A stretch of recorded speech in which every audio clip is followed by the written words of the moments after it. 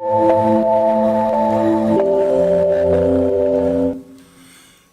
mbrëma prap në e premte 8:05, mirë mbrëma prap patanin edhe sonte, por me një personazh që e kam ndjekur për 26 vjet, e kam ndjekur në Angli, ku doja një mendim të vërtet, një mendim sa më afër të vërtetës, me sa më këmbë tokë. Dhe ky është kryetari i Unionit të gazetarëve, zoti Aleksandër Çipa.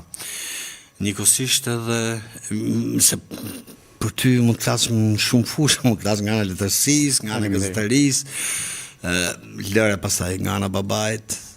Kështu që është një nder i jashtëzakonshëm. Dhe arsyeja që ju thirra pikërisht juve është sepse në këtë zhurmë, ke ngel ndër të vetmit që prap je me këmbë tokë. Prap je një mendim që je një vlerë. Për mua je një vlerë. Dhe normalisht ne kemi një 4 vjet që kemi hapur këtë emision. Dhe në asnjë nga puntatat tona, sa e bëjmë çdo të premte 8:05, nuk e dëgjon fjalën korrupsion, ky ka vjedh, ky është i korruptuar, sepse ne nuk jemi as hetues, as prokuror dhe as gjykatës. Biles.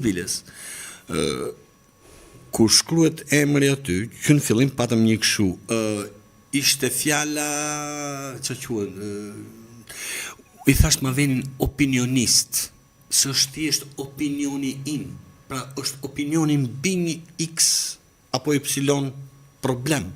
Më kupton? Nuk as gazetarës bëhet fjalë, pas se që është një fjalë tjetër që vetë këtyre që asë kam idenë se harrova tani. Por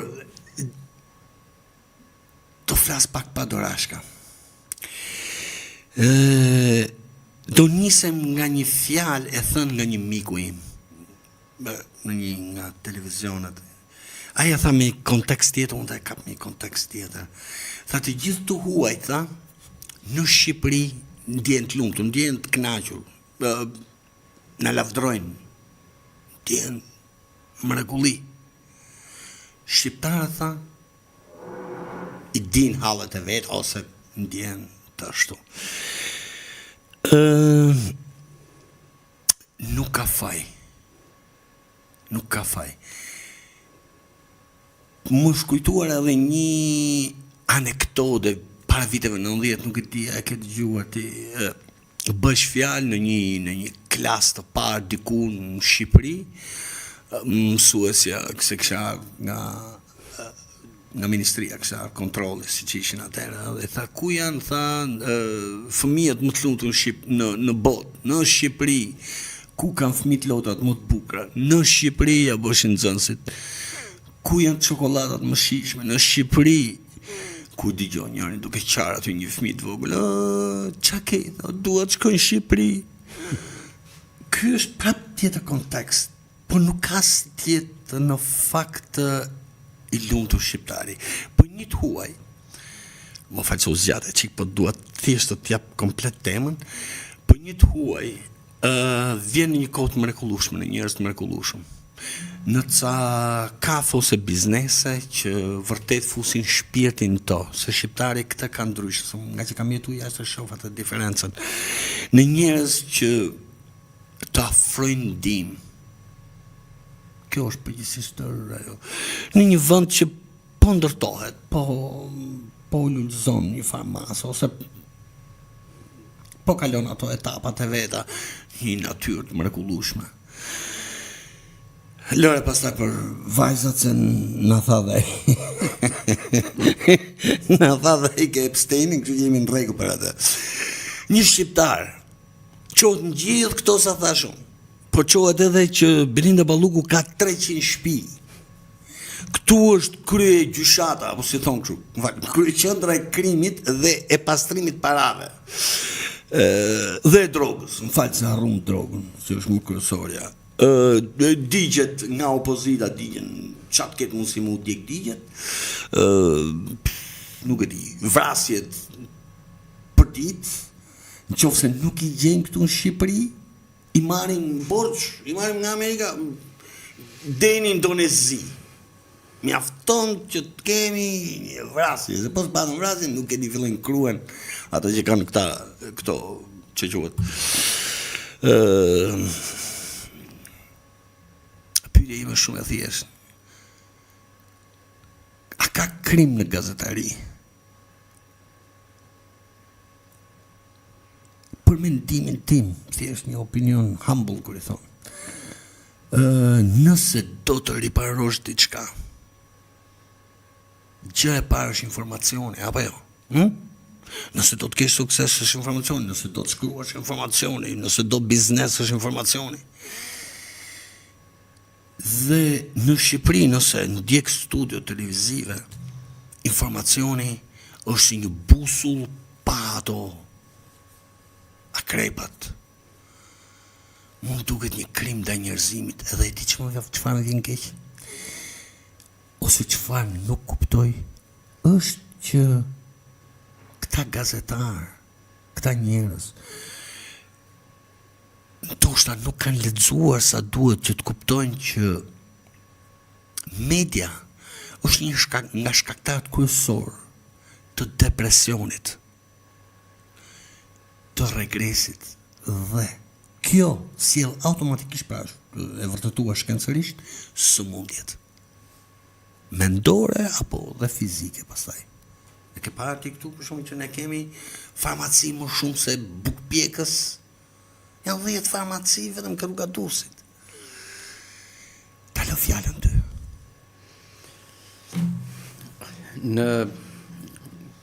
Ka një dilemë në komunitetin tonë. Gazetaria është profesion apo është zanat?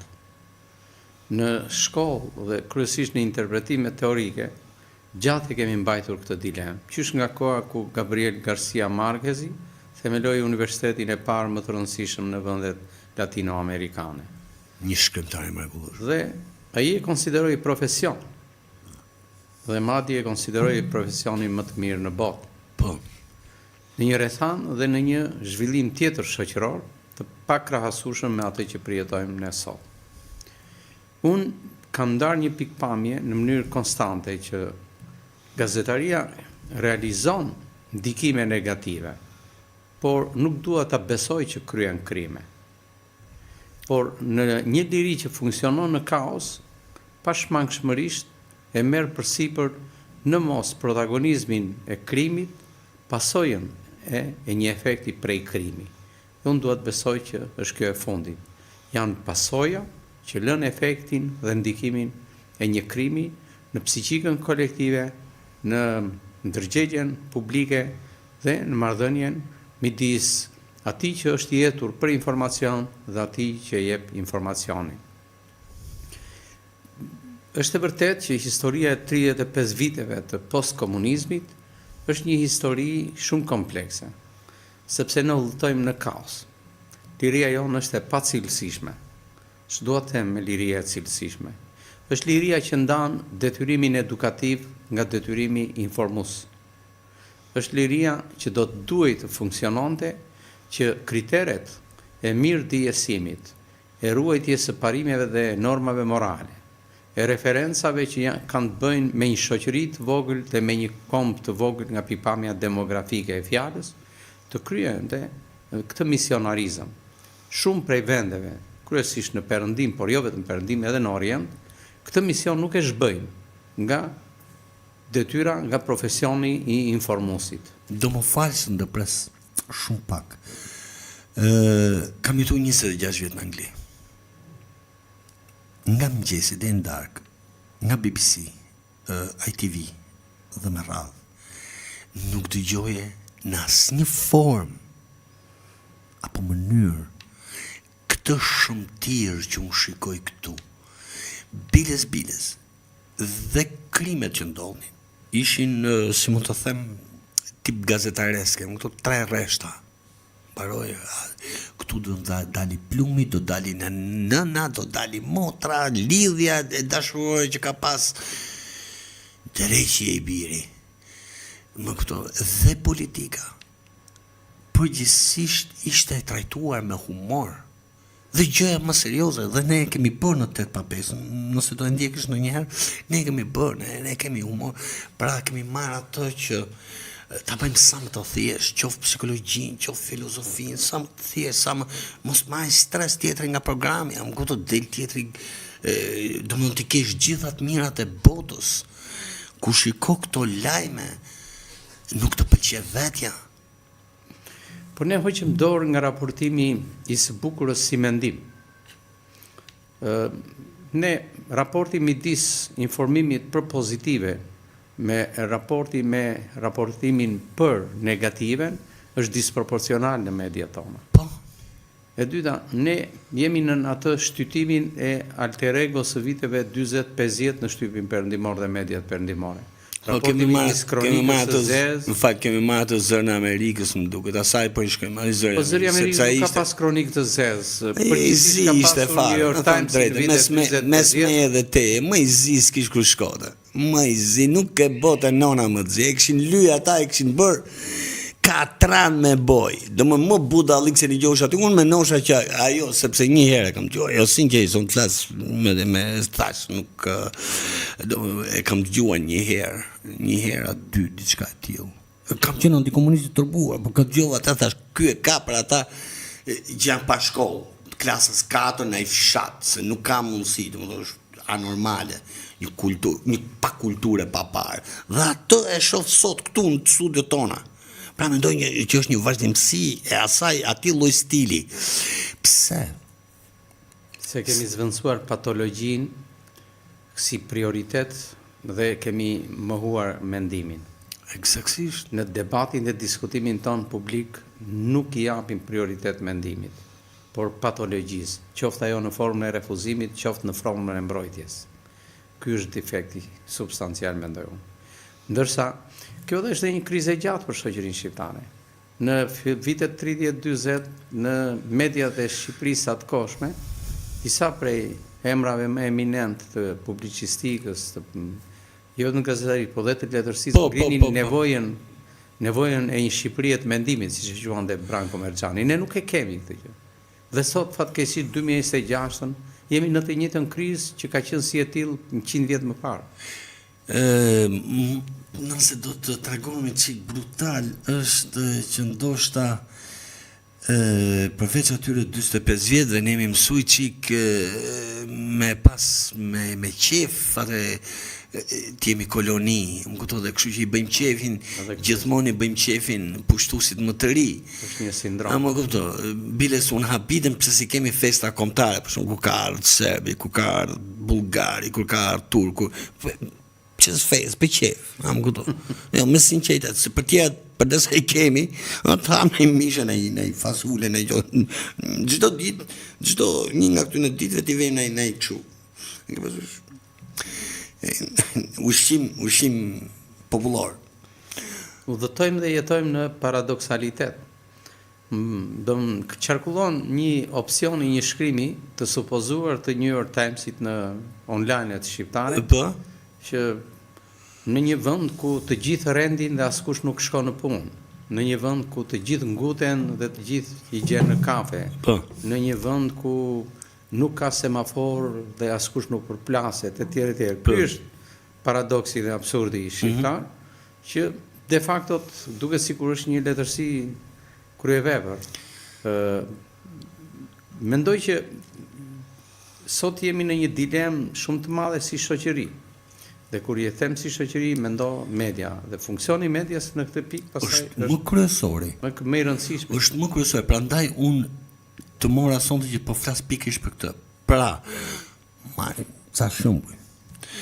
Belinda Balluku ka 300 shtëpi. Rruga Shëmbur, sepse ka vjedh Belinda një 60 milion, po 60 milioni ka vjedh dhaj tjetri që është tu. Këto që gjushin këtu pastrimi plerave, se arrova, inceneratorët, një 450 milion. Të më thënë, një të merë i vërtet mediatik, dhe më e bukra, kur Belinda, këto po i flas nga shtypi, nuk po i thajmë, nga qëfar dëgjoj për natë, qëfar dëgjoj veshët të shqiptarve, veshët e familjes time, të njerëzit mi më dashur. Belinda ka 300 shtëpi, i kanë dalë video seksi, i kanë dalë të marrë vërtet, ma heqin Belindën, se mos kujtojmë se po mërëm Belindën, vejmë atë tjetrin që kanë nga 3 vjetë aty mrenë dhe që ka dalë akoma akuza. Këtu është një kaos i papar. Dhe di çfarë ndodh, sepse më bëri përshtypje një shoku im nga Greqia. Shok shumë i mirë. Dhe gjatë kohës tha, korupcion tha, është gjithandej tha, ishte në Greqi tha. U vodhën tha fondet e BE-s. Dhe më tregoi mënyrën. U vjedhim kështu tha, bote kjo formë. Është vërtet. Vetëm në Shqipëri nuk ka mënyrë. Nëse e kemi re, nuk ka mënyrë. Ka u vodh 500 milion nga Belinda, 600 milion nga Edi Rama, 3 bilion nga ky tjetri, nuk ka formë. Po sepse ne kur vjen policia, ne raportojmë akuzën, nuk raportojmë procesin. Eksaktësisht, dhe unë nuk e di se si mund ta quash veten gazetar ose njeri të paktën, kur nuk pyet si. Vjen kur të nëse të vjen në shtëpi. Gjë pa që pyet polici, nuk është sa të vodhën, apo jo. Është si hyri. Apo jo. Nëse kemi fjalën pyetjen si fare, asnjëri nga gazetarët nuk e ka, asnjëri nga panelet nuk e ka pyetjen si.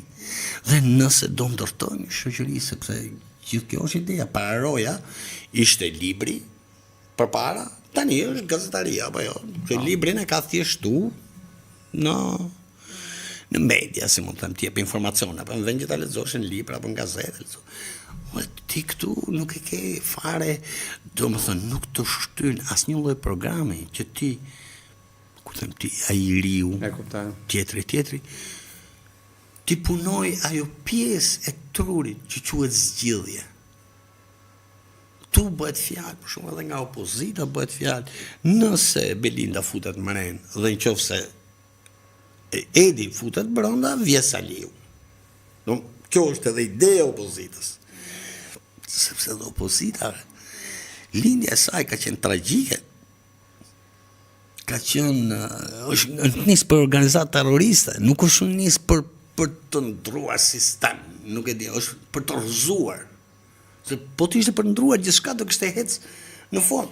Po më duket pak radikale kjo, por po nëse është nga më vjen shumë keq që të kuptohemi, unë jap mendimin tim modest, po problemi është që mendimin tim, sa do modest që është, e mbështes mbi një studim shumë të thellë se çfarë ka ndodhur dhe çfarë ndodhe në vendet e tjera për shumë të asaj kohe.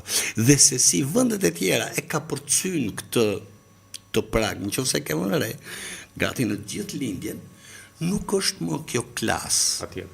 Apo jo. Në të gjithë lindjen nuk ke më një opozit që të djegë sheshe. Në perëndim, jo, nuk bëhet fjalë. Unë jam i të njëjtin mendim që diskursi ligjërimor që kanë ndjekur protagonizmi politik në Shqipëri, sidomos në 2 protagonistët më të rëndësishëm, Qota i Majt, po kryesisht një diskurs që ka goditur psiqikisht shoqërinë në këtë 35 vjeçar. Ka ndërtuar një marrëdhënie antropologjike shumë problemore me ndotjen publike, me ikje nga logjika faktologjike, me supozimin, me hiperbolizimin dhe me aspektet e tjera të... Dhe shumë bukur atë hiperbolizimin, çdo gjë një hiperbole jashtëzakonshme për gjithë shka.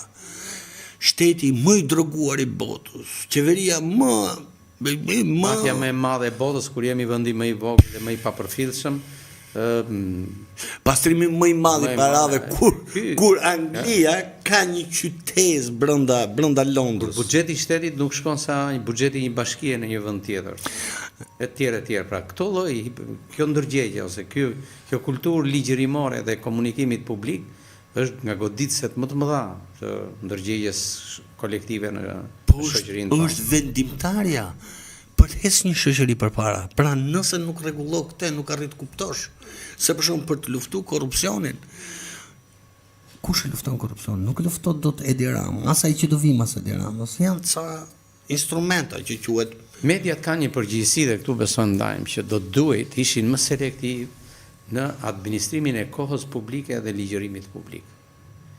Ju përmendni Britanin, unë fatmirësisht kam ndarë një përvojë 5 vjeçare në karrierën time, fillimisht si stringer dhe mandej si korrespondent i BBC-s në seksionin shqip. Një skemi këtë. Brillante dhe nuk lë mediumi anglosakson nuk e lë kohën televizive në dispozicion të personave që nuk e kanë peshën dhe vlerë ndërgjegjen e fjalës.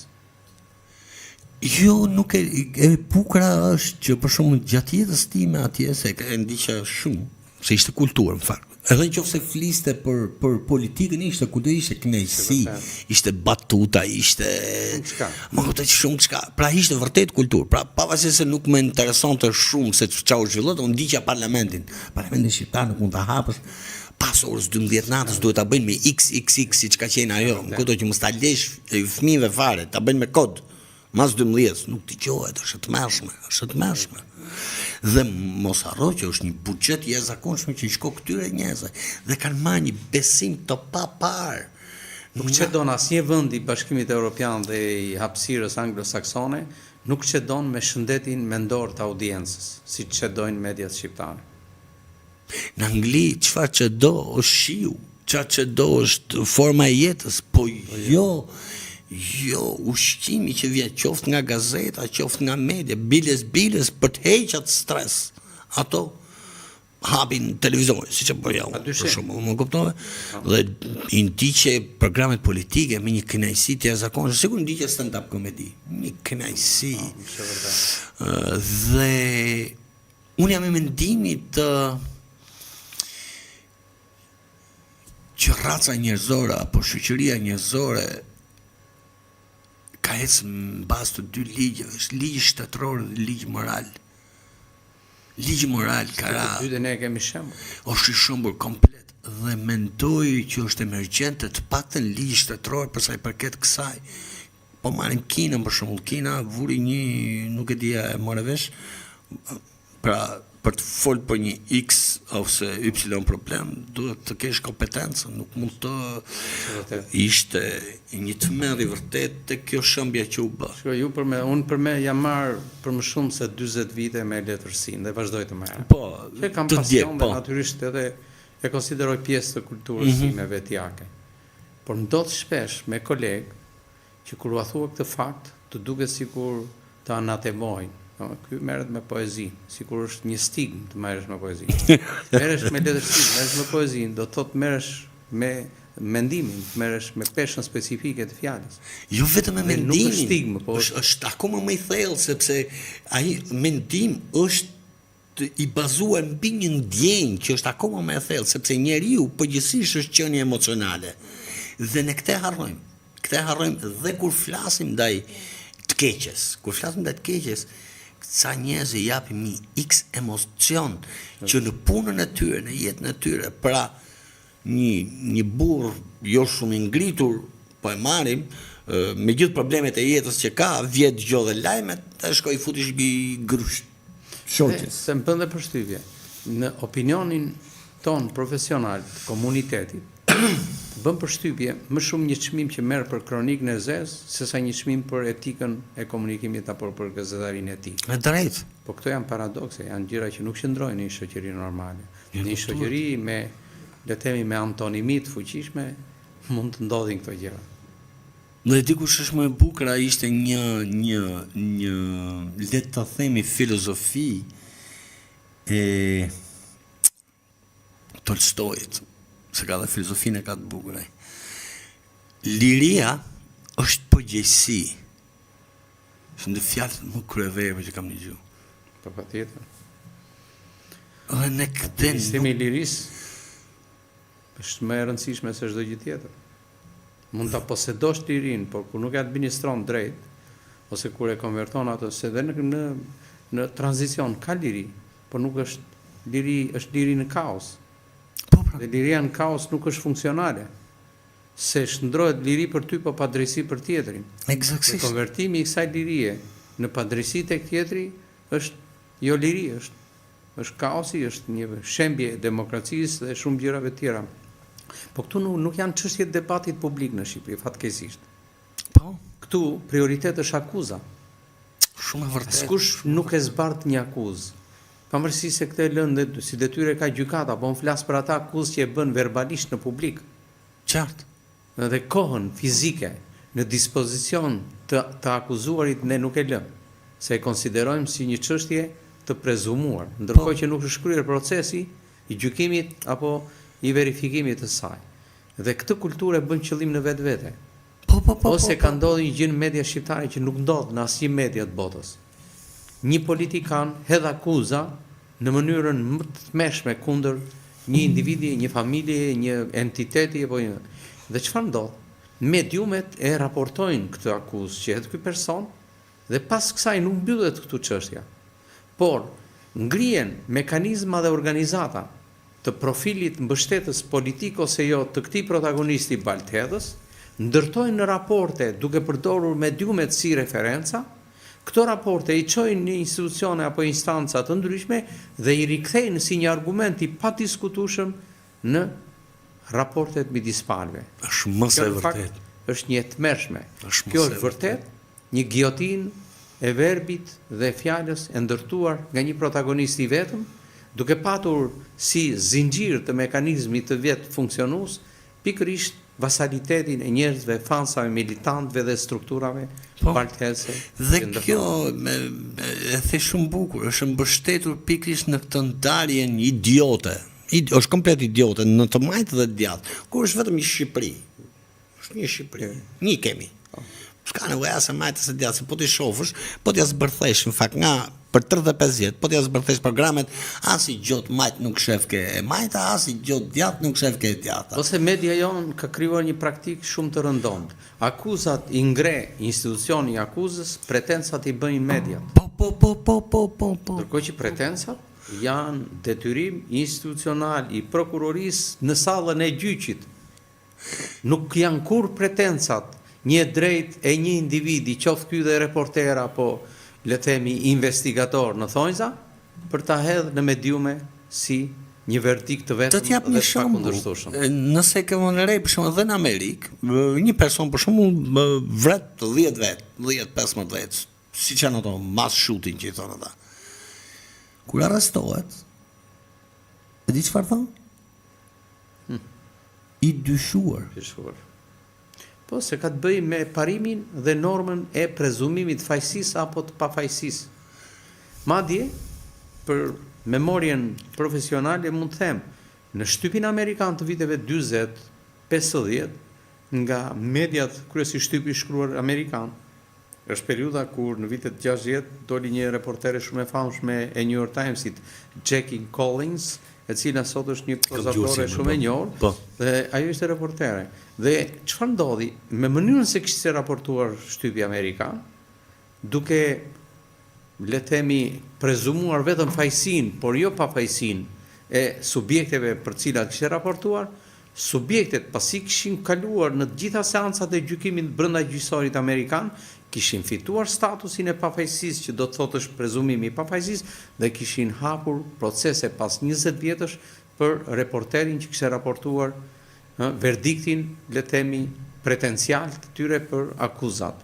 Dhe shumë penalitete financiare mbi gazetarët që kishin qenë reporter të asaj periudhe u ekzekutuan nga gjyqësori amerikan. Atëherë kjo është zgjidhja. Është gjë më kryevepër që the. Më kështë shkuar në mendje, po kjo është zgjidhja. Që të gjithë ata që do fitojnë pafajësinë, bëjnë mirë, siç bëri Donald Trump ndaj BBC-s, mos gabojmë, ta bëjnë të tërë. Dhe është e vetmja mënyrë për ta rregulluar. Unë kam vënë re, pa ta vënë re atëherë, që kur jepte një lajm, si më them, të pabazuar mbi fakte, qofshin edhe gazeta, plus gjobët që pagunin, ishin të detyruar që në faqet parë të kërkonin falje, pra të ishte në një vend të dukshëm. Kurse në Shqipëri është pikërisht ky instrument që mungon. Pra tjetri merr pafajësinë ose shtypi dhe në media ndërkombëtare kryesisht ajo perëndimore merr në konsiderat edhe traumën psikologjike dhe psiqike që shkakton nga një dizinformim, nga një fake apo nga një keq raportim. Dhe këtë e kam vënë re që nuk është në ligj, qoftë edhe për Në bizneset që kodin e dëmtojnë. etikës, sidomos në atë të amenduar, dhe Shqipëria ka amenduar disa herë kodin e etikës, ne kemi një kod vërtet të standardit, kjo që parashikohet, por ne përderisa nuk kemi mekanizma ekzekutiv vetë rregullues, nuk e ekzekutojmë penalitetin në rastin kur ndodh precedenti antietik. Po, Nuk e kemi. se di si është problemi, nuk ka gjë që raca njerëzore nuk e zgjidhi pa e ditë arsyen. Është vërtet. Asgjë. Gjithë ky civilizim që kemi ardhur prej mira vjetësh ka ardhur pikërisht me si na ndodhi e keq. E zgjidhim. Po, është vërtet. Dhe nuk arrit ta kuptoj se si ne mund të kemi shpresë. E di si është problemi. Ka qenë një shprehje, nuk e di e kujt, mos gaboj me Napoleonit, por nuk du t'i vë emër, që thoshte politikani ose politika është ajo që jep shpresë tek njerëzit. E vetmja gjë që jep është shpresa. Domethënë këtu vritet shpresa e para. Se shumë ndoshta mund të mendojmë që ne po mbrojmë një qeveri ose po mbrojmë ballukun ose përkundrazi, në do të dënosh ballukun dhe e kam thënë përpara po e përsëris. Është njësoj për shembull nëse unë bëj një veprim, futem me të kuqe, siç futet për shembull një deputet në Angli, futet me të kuqe. Ka një dënim për to, apo jo? Padyshim. Po nëse për atë deputet thuhet ky është i korruptuar, ka qenë i dhunshëm ndaj gruas e tjerë, është futur me të kuqe, në momentin që këto dy të parat bien, po gjynaf më burse me të kuqe është fut. Kurse kur bëhet fjala që është fut me të kuqe dhe ngel këtu, pikërisht ke veprimi që është bërë, atëherë gjithë janë dakord me dënimin që do marri. Mediat nuk duhet t'i japin dëshkim. Dëshkimin e jep gjykata dhe e jep një sistem tjetër. Jo, çfarë ndodh, ajo që Mediat duhet t'i japin opsione të vërtetave, se nuk ka një të vërtet. Janë shumë të vërteta. Eksaktësisht. Dhe monopolin e të vërtetës nuk e ka vetëm media. Eksaktësisht. Tepër në një shoqëri që sot jeton në realitetin e pa krahasueshëm me të mëparshme. Cili është ky? Është dukuria e dy entiteteve më të rëndësishme, e gazetarëve profesionistë dhe e qytetarëve gazetarë. Këta të dytët janë më shumicë dhe janë më aktiv në kuptimin e së drejtës dhe mundësisë raportuese, sepse infrastruktura e komunikimit sot dhe teknologjia e komunikimit është e gjithkujt tek gjithkush. Këtë diferencë duhet ta bëj entiteti jonë profesional. Ne nuk e bëjmë këtë gjë. Dhe prandaj ne kryejmë ato mëkatësi dhe këto gabime që shkojnë deri dhe në krim. Krimin e goditjes në psiqikën kolektive, në atë që quhet shëndetin moral të popullsisë, e kemi të përditshëm dhe për këtë fatkeqësisht nuk na vret ndërgjegja. Pra me pak vonesë dole tek ajo që thashun, që është krim. Një krim, unë e thash edhe një herë që nuk është një krim në kuptimin klasik të fjalës, si ajo vrasja. Më klasik se ky nuk ka. Është sepse është i ndërsjellët, është më klasik akoma, sepse nëse ai kriminali, më fal për shprehjen, ka guximin, e shkoi bën. Ti e bën në mënyrë të fshehtë, duke vrarë qindra jetë, mijëra jetë, miliona shpresë. Në një formë apo një tjetër. Nuk e dëshmojnë. Dhe e di çfarë për shëndetin moral të audiencës. Pyetje nuk bëjnë, domethënë dhe dua kush na ndjek ta bëj këtë. A e kuptoni që ajo fjalë dëmton dhe njerëzit e juaj? Pra fëmin tënd, nënën tënd e baban tënd, janë pjesë e kësaj, mos kujto se ato para që more, ose ato like, apo ato share, apo ato ku di qatë drejtin e Ne kemi një mungesë absolute të higjienës verbale, të higjienës së fjalës. Dhe fatkeqësia është që këtë nuk e kemi thjesht në mediume, po e kemi edhe në sistemin institucional të shoqërisë. Domethënë ju përmendët me drejt parlamentin, që është, le të themi, shëmbëltyra më Më shumë. epitoma e kësaj ndotjeje. Në asnjë lokal në Tiranë. Pikërisht nuk e Lokal në Tiranë, kudo ma zgjidh ti mua. Jam dakord. Lokal në Tiranë nuk ka pse, sepse thon u prit se pas ka një grua, u prit se është lokali i këtij, u prit se kemi ca komshi këtu, të rregullojmë mënyrën e komunikimit. Në asnjë vend ku janë mbledhur të kriminalët, nuk e gjen ato lloj gjuhe. Po këtu se është kanë edhe gjuhë pastaj vim tek tjetër. pjesa tjetër. Për shembull, meqense ju referuat edhe cilësisë së organizatës që unë jam pjesë e saj, Unionit Gazetarëve Shqiptar. Ne kemi propozuar verbalisht që enti rregulator i mundësisë kibernetike në hapësirën e verbit shqip të mund të ndërtonte çelsat e kyçjes së ndotjes etike në hapësirën e internetit. Pra, gjithë ai që quhet, le të themi, leksiku i ndotjes etike të mund të pengojë të qarkullonte, ku përfshihet fyerja, stigmatizimi, bullizimi i individit, sharja, etj. Këto gjëra duhet bërë dhe kjo nuk është censur, por është një ndërhyrje kurruse për shëndetin publik të komunikimit dhe të ligjërimit. Këtë gjë nuk e bëjnë. Ka vende, Suedia këtë gjë e bën. Nuk lejon Suedia të përdor atë, le themi, llumin e fjalëve, siç përdoret në internetin në shqip. Dhe kjo gjë është lehtësishme për t'u bërë, sepse vendoset një marrëdhënie midis entit rregulator siç është AKEP-i dhe motorëve të kërkimit të kompanive virtuale ose të shërbimit virtual që ekzistojnë të internetit. E kuptoj. Që nga Microsofti, që nga Google, që nga Meta, që nga të gjitha krejt. Pra, në qoftë se unë ty të quaj X se nuk dal nga etika, kjo fjalë është e pavlefshme, e pamndershme për të qarkulluar në hapësirën ndërkombëtare të internetit. Dhe nëse unë ty stigmatizoj me një fjalë e cila është jashtë kodit të etikës, kjo e ka vlefshmërinë dhe shpërndarjen e vet në të gjitha skajet e globit. Pse duhet të japësh këtë mundësi? Dhe kjo është arsye, dhe kjo nuk është censurë, po përkundrazi, nëse do të krijoj një investim i, le të themi, një networku për këtë shëndet të vlerës publike të fjalës, të gjithë do të ishim kontributor dhe nuk do ndërtonim çelsat e censurës, po do të ndërtonim vetëm pilulat e kurimit të ligjërimit dhe të qarkullimit të fjalës. Bëhet frym. Nuk e di nëse mban mend vitet të 90, po flas pak përpara viteve 90. E di çfarë ishte frym leximi një libri. E di çfarë ishte frym të përdorje fjalët e duar në vendin e duhur. Të kërkoje falje, qoftë edhe kur përplasje. Domethënë të mundohesh të ishe sa më i komunikueshëm me njerëzit.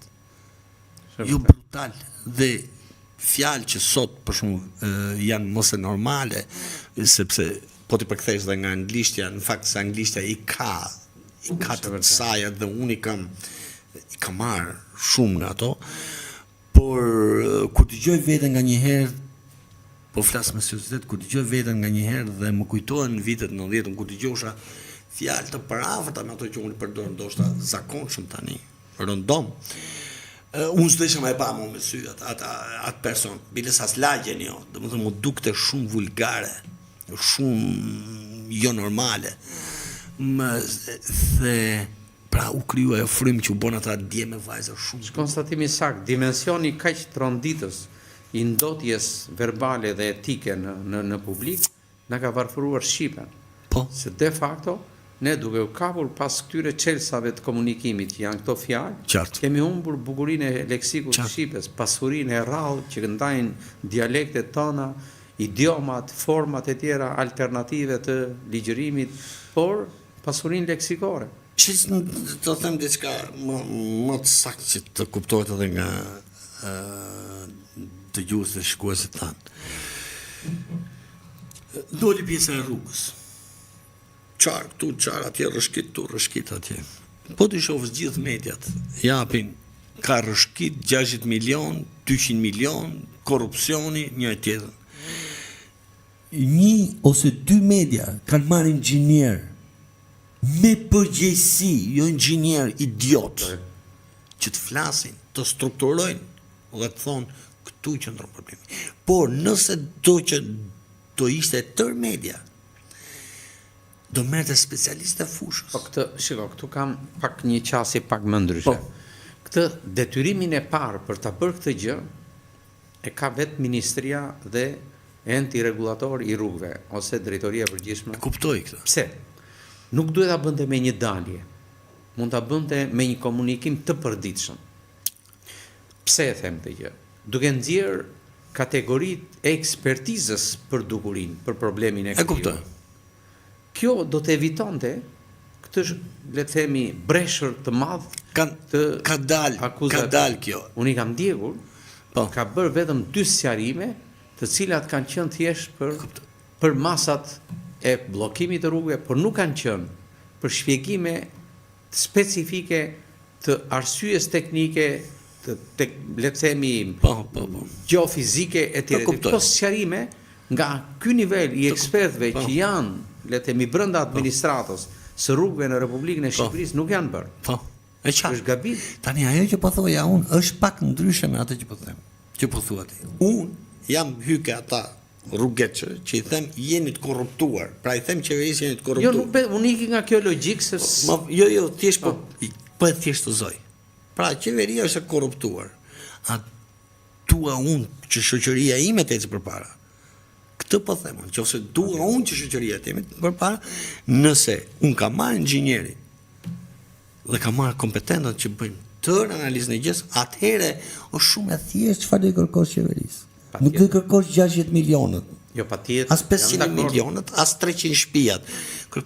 Dhe është sa e thjeshtë bëhet, nuk ka zhurma.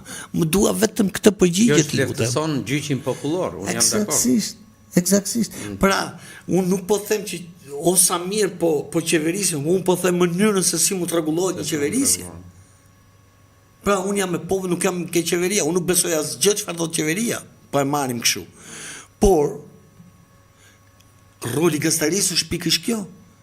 Është arma më e fuqishme, është pikërisht ai siç nxjerr ti atë fjalën apo atë gjën për të bërë kliku duke sharë, duke akuzuar në mënyrë pa skrupull të fare dhe pa tru.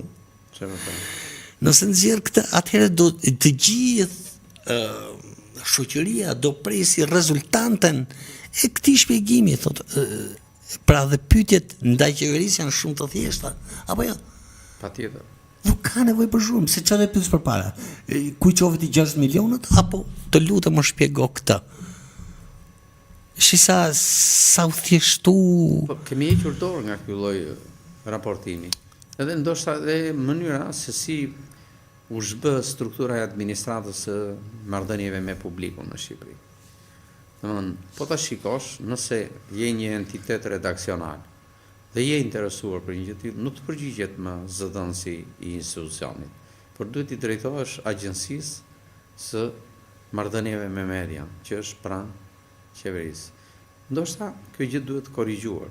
Unë kam qysh në fillim kundër këtij projekti, se kjo centralizon de facto informacionin zyrtar. Shumë e drejtë kjo. Dhe kjo duhet zhbëhet kjo strukturë shumë e drejtë në format që funksionojnë në gjithë vendet e Bashkimit Evropian. Po nëse do hapësh sonte, drejtohesh zëdhënësit të bashkisë dhe nuk mund të shkosh për një çështje të bashkisë apo të një enti regulator, qoftë ky edhe kombëtar, të shkosh te agjencia e komunikimit pranë kryeministrisë. Kjo është një praktikë ineficiente që nuk i vlen as intensitetit informues që kanë mediat, se mediat tash e duan në momentin e tanishëm, nuk mund të presin atë kohën që parashikon administrata e tjerë. Dhe e dyta, kemi krijuar një marrëdhënie shumë antagoniste midis burimeve të informimit dhe informim bërësve ose raportuesve apo reporterëve tanë. Ky gjë duhet zhbërë. Se ne jemi vërtet antagonist në raporte, por nuk jemi antagonist në funksionim. Dhe s'duhet jemi, se s'ka arsye pse. Por ne kemi kaluar në patologji. Dhe sot e kemi të vështirë të bëjmë dallimin midis një pjesë të reporterëve tanë nga militantët dhe fansat politik apo partijak, Shumë e drejtë. apo një pjesë tjetër të reporterëve profesionistë, Nëse të do cilët kishim një gazetare të tillë, më faqen të preva, nëse do kishim gazetare të tillë dhe opozitën do e kishim perfekte. kjo është arsye pse nuk kemi një shoqëri të shëndetshme në funksionimin demokratik të saj. Sepse de facto ç'është demokracia? Demokracia është normë, parim dhe Informacion. rregull. Informacion po. Po. Është liri raportimi, është liri e pluralitetit raportues, jo vetëm një Po, burim është ose një informacion. orientim. Është Ne kemi vetëm dy kahe klasike të raportimit. Kaos. E kjo është kaosi, nuk është. Kemi është ajo kaos, që nuk dëshirojmë. ka shumë. Një pyetje mbi fjalimin e Ramës dhe ndryshimin e qeverisë.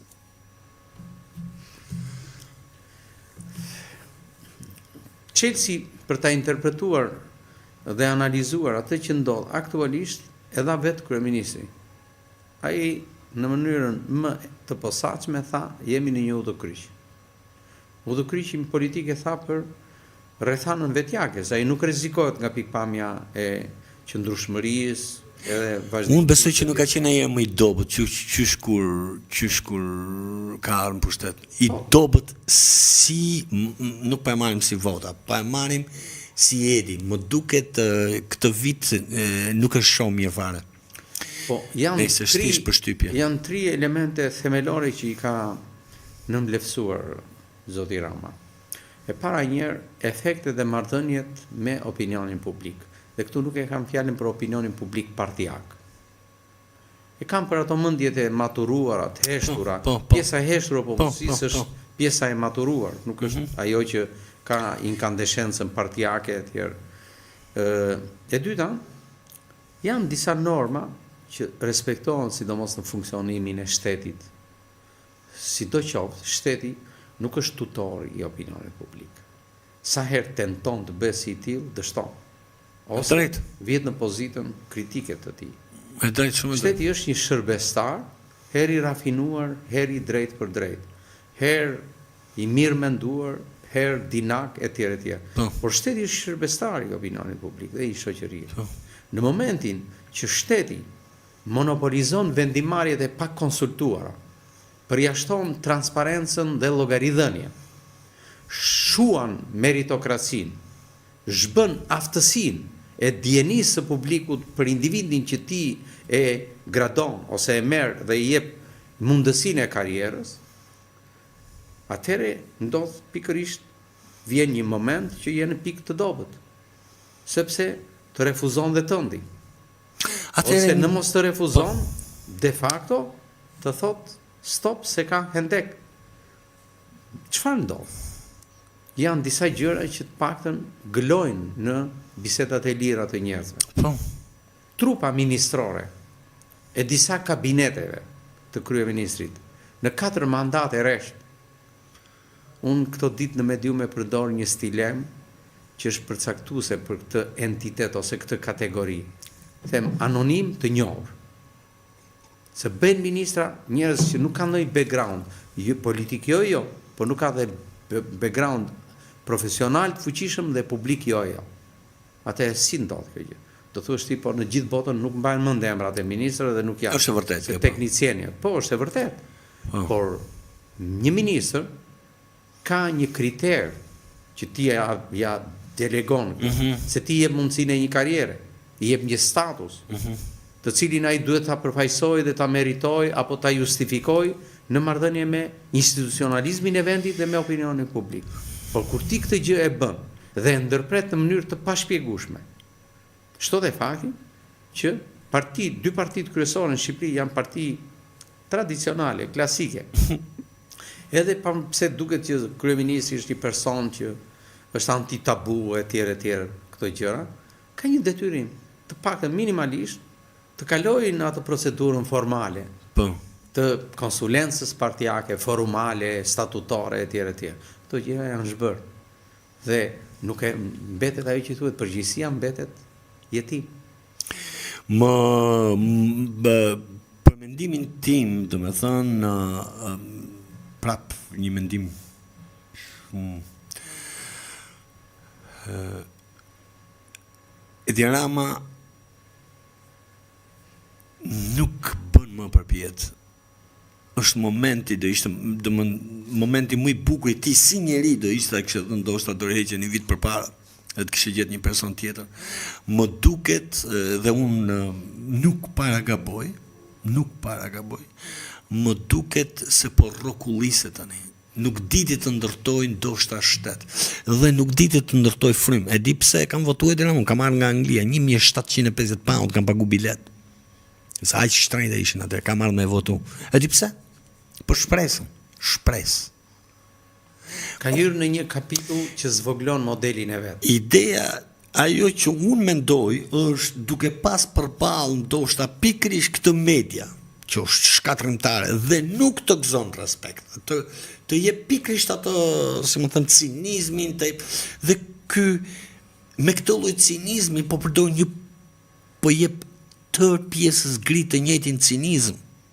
Po themi një gjë që nuk e kam thënë, edhe pse më jepet mundësia të komentoj politikën e vendit përditshmërisht. Po. Çdo politikan vjen një moment që kërkon të ketë fundamentin e vet dhe rezultatin e vet, po ta themi më shqip. Po.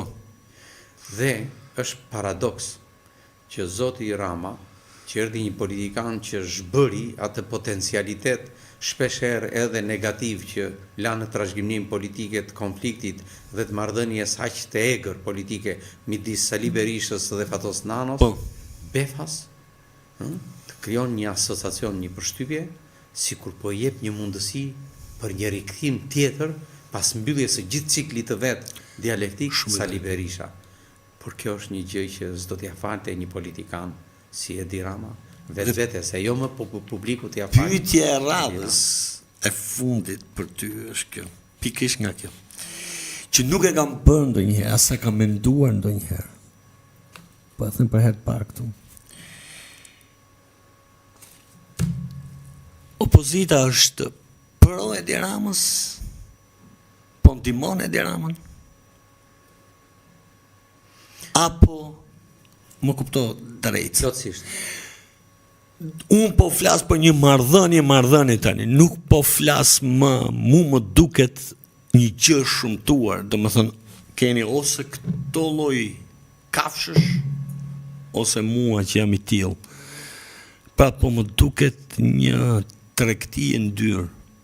Kjo është pyetje që është hera e parë që e bëj dhe që e kam çuar mendje sot. Unë dua të besoj që në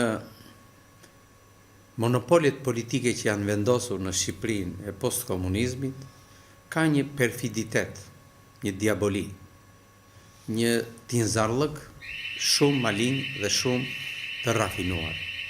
Filozofia ne na ka mësuar parimin se të kundërtat puqen, por fatkeqësisht në këto modele për të cilat po flasim, duket se kjo konvertohet ose perifrazohet se të kundërtat bashkëjetojnë.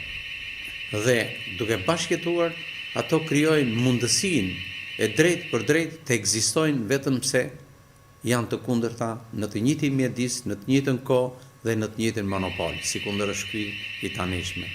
Në këtë këndvështrim mendoj që opozita në mënyrën se si po drejtohet dhe riciklohet drejtimi prej Sali Berishës në arkun kohor të 35 viteve, mund të ekzistojë për shkak të monopolit të Sali Berishës vetëm duke pasur në këtë gjendje Edi Ramën. Dhe anasjelltas, Edi Rama mund të vazhdojë ciklin e vet politik të ruajtjes së monopolit si udhëheqës dhe administratori së majtës zyrtare të vendit, vetëm duke pasur përballë një Sali Berishë të paikshëm dhe antidialektik, sikundër është koha e konsumuar prej tij.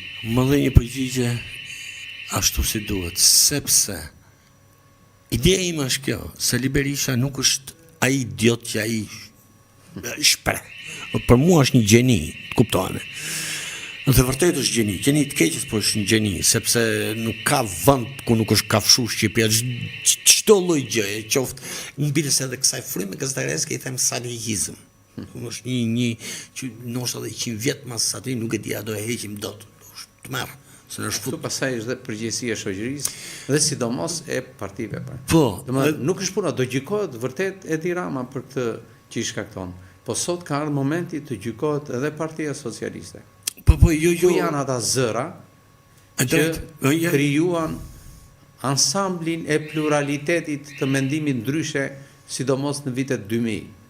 Ku janë ata zëra dhe ku janë ata protagonistë që kanë marrë vendimin të investojnë në politikë, të cilët e lënë në këtë gjendje edhe spektrin opozitar, edhe spektrin e shumicës politike. I dashur Aleksandr, unë pa dash sepse tërë jetën jam mësu që përgjësin të mbajmë mbi vete.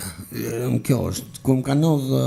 Po ne si jemi protagonist, ne jemi individ, më falë. Brenda i shoqërisë. Ti je kryetari i Unionit Gazetarëve. Apo jo? Ju jeni kryetari. Po, nuk është profesion, ky është një mandat që përcet. Male ta mbaroj, ndoshta kam gabim, thjesht. Unë mendoj që ndoshta një bërtham gazetarësh me një lloj ideje, e di si është problemi, 3-4 veta ndryshojnë shoqërinë, 3-4 veta ndryshojnë rregullat e lojës.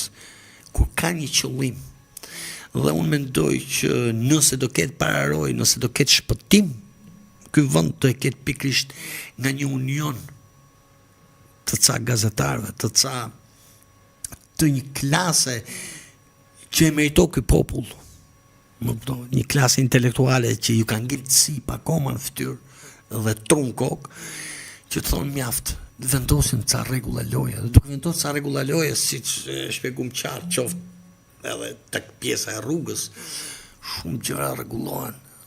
Po këtu nuk është problem e thëna, këtu është problem mosdëgjueshmëria. Është pikrisht qëllimisht mosdëgjueshmëri, forca juaj. Se mekanizmat e mosdëgjueshmërisë i kanë pikërisht këta uzurpatorë të mëdhenj. Jo, e kuptoj atë. Po problemi është, për shembull, po marrim një rast që më vjen keq ta përmend në fillim fakt. Para shumë kohësh, pash një gazetar, po i themi, kishte hyrë tek ajo vija shiriti i policisë. Kishte hyrë brenda shiritit policisë dhe kapa i policisë e shtyja diçka e tillë. Dhe u ngrit unioni gazetarëve kundra dhunës. Domethënë për mua ky nuk është gazetar, ky do rraf. Shqip, se për të sa të hyjë brenda asaj vijës të verdh, e ke parasysh një shirit i verdh, që është të vend krimi, nuk e di jam kuptoj ose. Jam dakord, por dhe në këtë moment jo, e di çam bëri përshtypje dhe më solli një farë neverie në këtë çuqe se nuk ka qenë rasti jo. Se janë disa organizata tani. Nuk e di, jo, po ka qenë para shumë vitesh, gati mbi 10 vjet. Jo. Ka hyri brenda asaj të verdhës, të shiritit të verdh, më kupton dhe policia shtyu me kamera, kujto se më çfarë ishte. Dhe u ngritën zëri i madh, pa sa e pregu.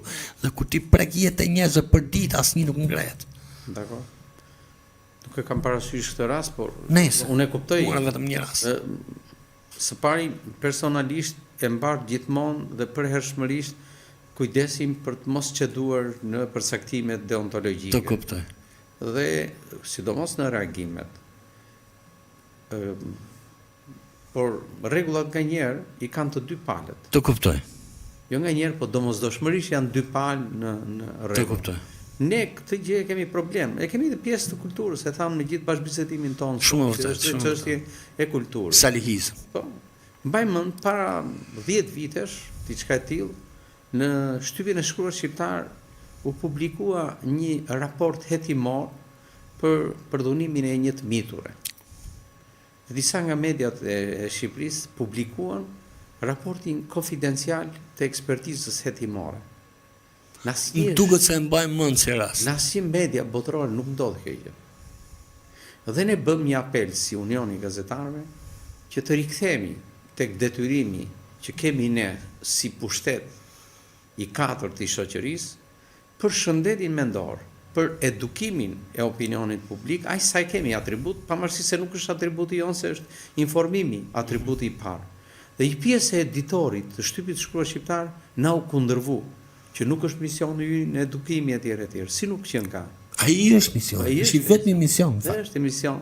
Pavarësisht se shtypi është, le të themi, në logjikën e biznesit. Po misioni është ky. Edhe kjo nuk vlen sepse shtypi edhe media në Shqipëri nuk funksionojnë mbi logjikën e të qenit një treg mediatik, mbi parimin e rentabilitetit financiar dhe rentabilitetit ekonomik. Kuptova. Shpresojmë gjërat të rregullohen. Të shumë faleminderit për kohën. Ishte vërtet kënaqësi. Dhe është hera pa që bisedojmë bashkë. Ju uroj dhe unë bashkësi. Faleminderit. Unë do vazhdoj sepse ne kemi bërë një kështu që përgjithsisht lexohen disa komente, do vi një djalë sa i ka sytë më Uroj shumë sukses edhe mbar. Faleminderit shumë për kohën, për bisedën e mrekullueshme. Faleminderit. Dhe je vërtet vlerë. Kënaqësi. Modest. Jo, duhet të themi sepse në Shqipëri mungon dhe kjo. Është një pjesë hipokrizie në të gjitha llojet e drejtimeve, por kur je vlerë dhe e ke marrë që si thu do të asnjë njeriu të lumshin duart më këtu ose të lumt. Këtu është sa keq i bëre gjërat, ha? Uroj punë të mbarë dhe Të shumë faleminderit. Besoj se biseda ishte e kënaqshme, ha? Shumë faleminderit. Vetëm mirë pafsh.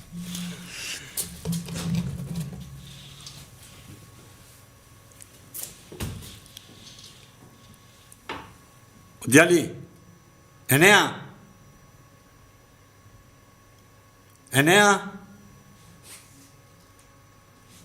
O Enea?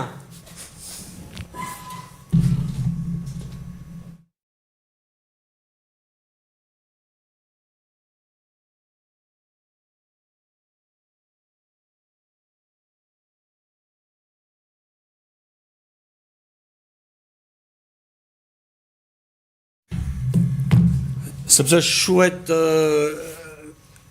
ajo edhe mendova që e ke kaluar në diçka tjetër.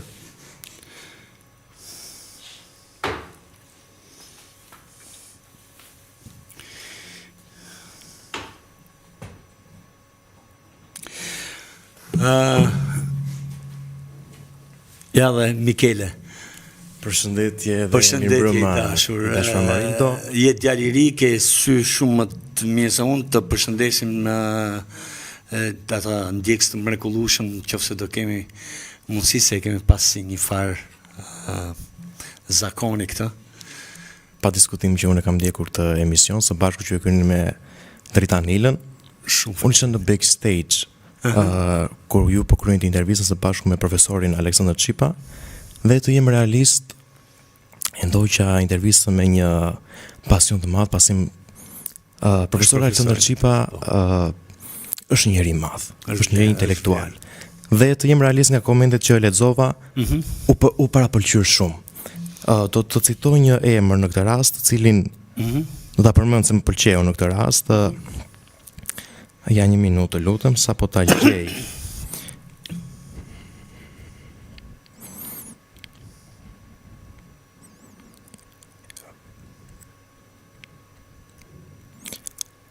Sander nën fusha shkruan. Ndoshta për herë të parë në jetën time dëgjoj një bashkëbisedim kaq të thellë me mendim në një emision. Sinqerisht, komplimenta. Të shumë faleminderit. Do mundojmë që ti lexoj të gjitha Amarildo. Edhe nëse ka një vrejtje do ishte mirë, por të përshëndesim natyrisht të gjithë ndjekësit tanë që janë ndjekës me tepër nivel dhe është një detyrë. Ne kemi thënë ky program për ne është një detyrë. Mundohemi domethënë të paktën të japim maksimumin ton, duke studiu për të dhënë maksimumin ton për këtë kom, për këta njerëz. Natyrisht kemi defektet tona, po do të rregullojmë rrugës.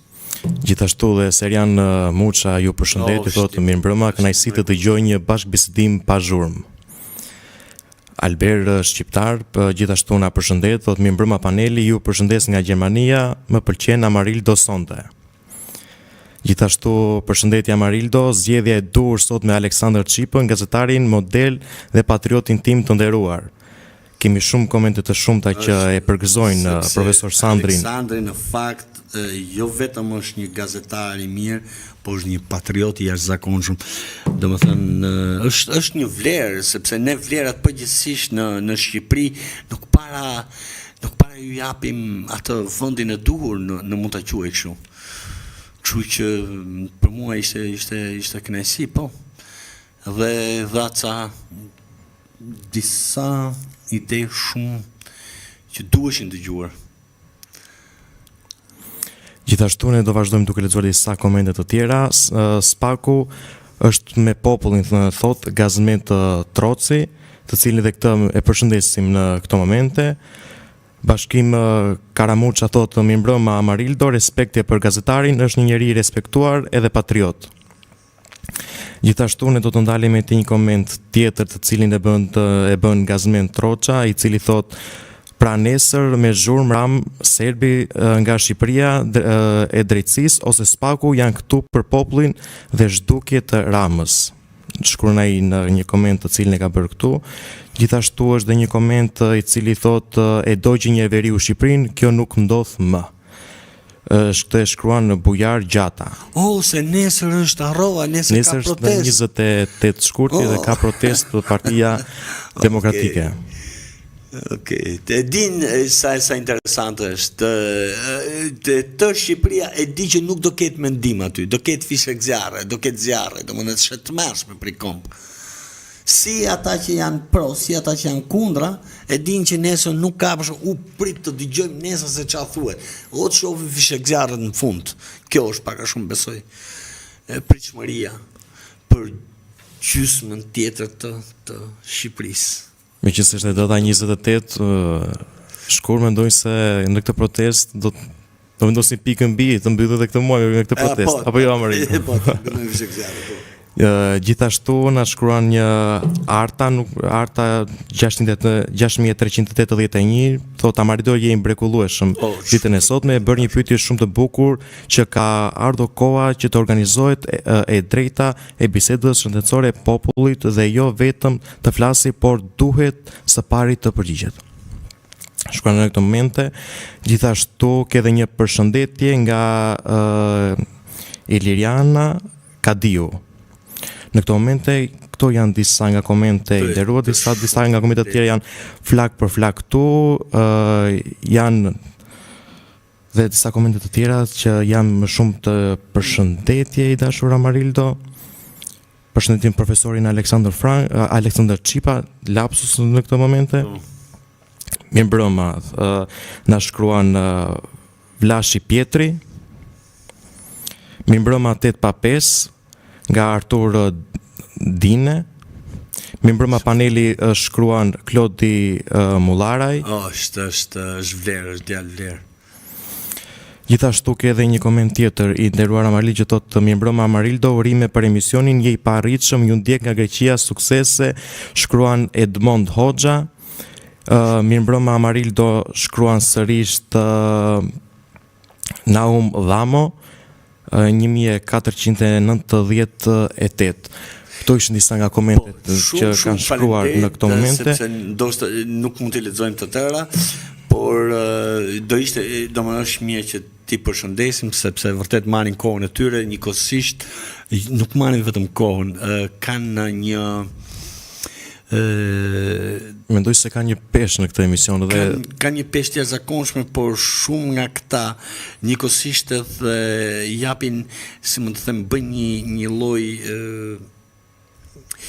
analize të programit, domethënë aty ku kemi defekte, çfarë mendojnë më mirë, çfarë mendojnë më keq, pra në një farë mase janë edhe ndihmues të timit personal, po qoftë edhe të programit. Dhe kështu që ju uroj të gjithëve natën e mirë dhe të shumë faleminderit. Shpresoj që javën tjetër të jemi me Dërtanin. Shpresoj dhe përshëndesim.